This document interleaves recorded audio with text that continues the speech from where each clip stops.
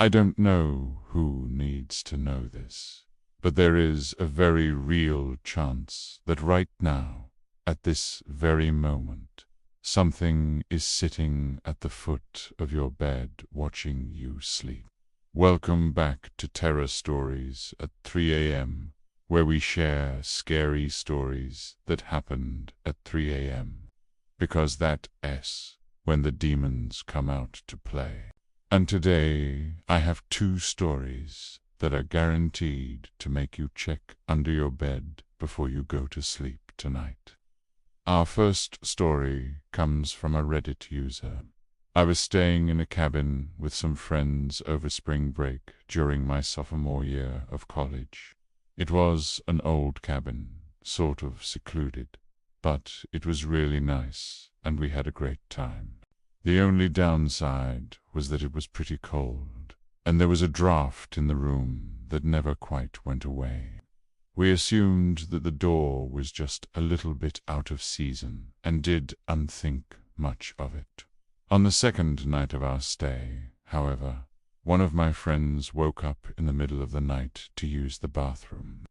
When he came back, he told us he had seen a hand, like a human hand, but covered in what looked like dirt and grime underneath the bed. At first we all laughed at him and went back to sleep. But about an hour later, the same friend woke up again and told us he had seen it again. This time he said the hand had moved slightly and it was directly under where he had been sleeping. We started freaking out a bit at this point, but we didn't want to seem like a bunch of scaredy cats to each other. So we all decided to just go back to sleep and pretend like we were untall, thinking about how we were die horrible deaths in the middle of nowhere. About an hour after that, the same friend woke up for the third time, insisting that we needed to check under the bed. Obviously, none of us wanted to do that, but we finally gave in and got a flashlight to check underneath. Of course, there was nothing there. Thinking that maybe it was a dream or something, we all went back to sleep.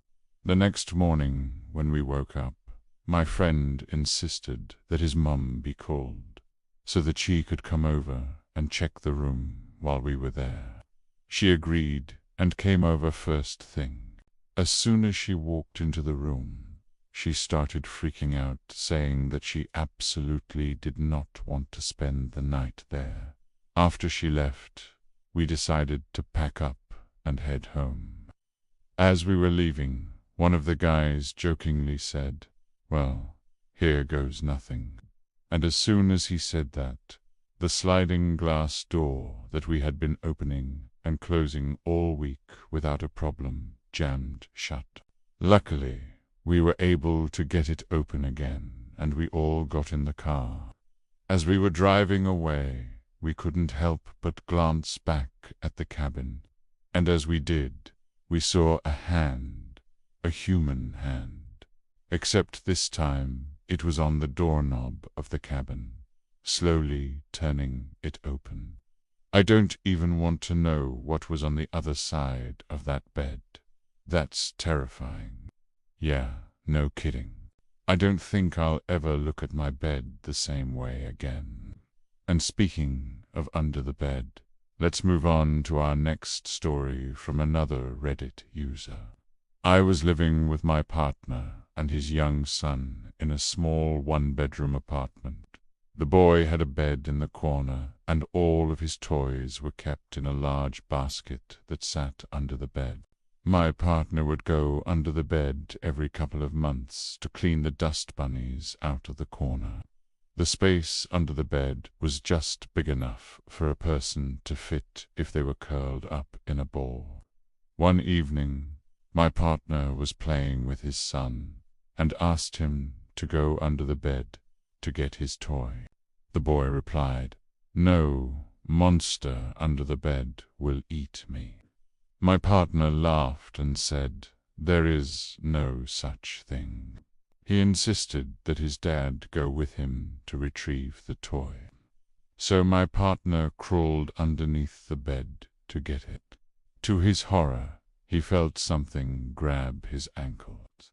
He screamed for me to call 911 as he tried to pull himself back out. I rushed into the room and helped pull him out. We couldn't see anything under the bed, but we both knew something was there. His son had drawn a picture of the monster under the bed, which had sharp teeth and long, dirty fingernails. We moved out the next day. Oh, gross. If that kid drew a picture of the monster, then it must be true. There's no way he would have made that up. No way. I hope that whatever it was under that bed didn't follow them to their new place. Well, that's all for today's stories. If you enjoyed this episode, then please subscribe and come back next time for more terrifying tales from the darkest depths of the internet.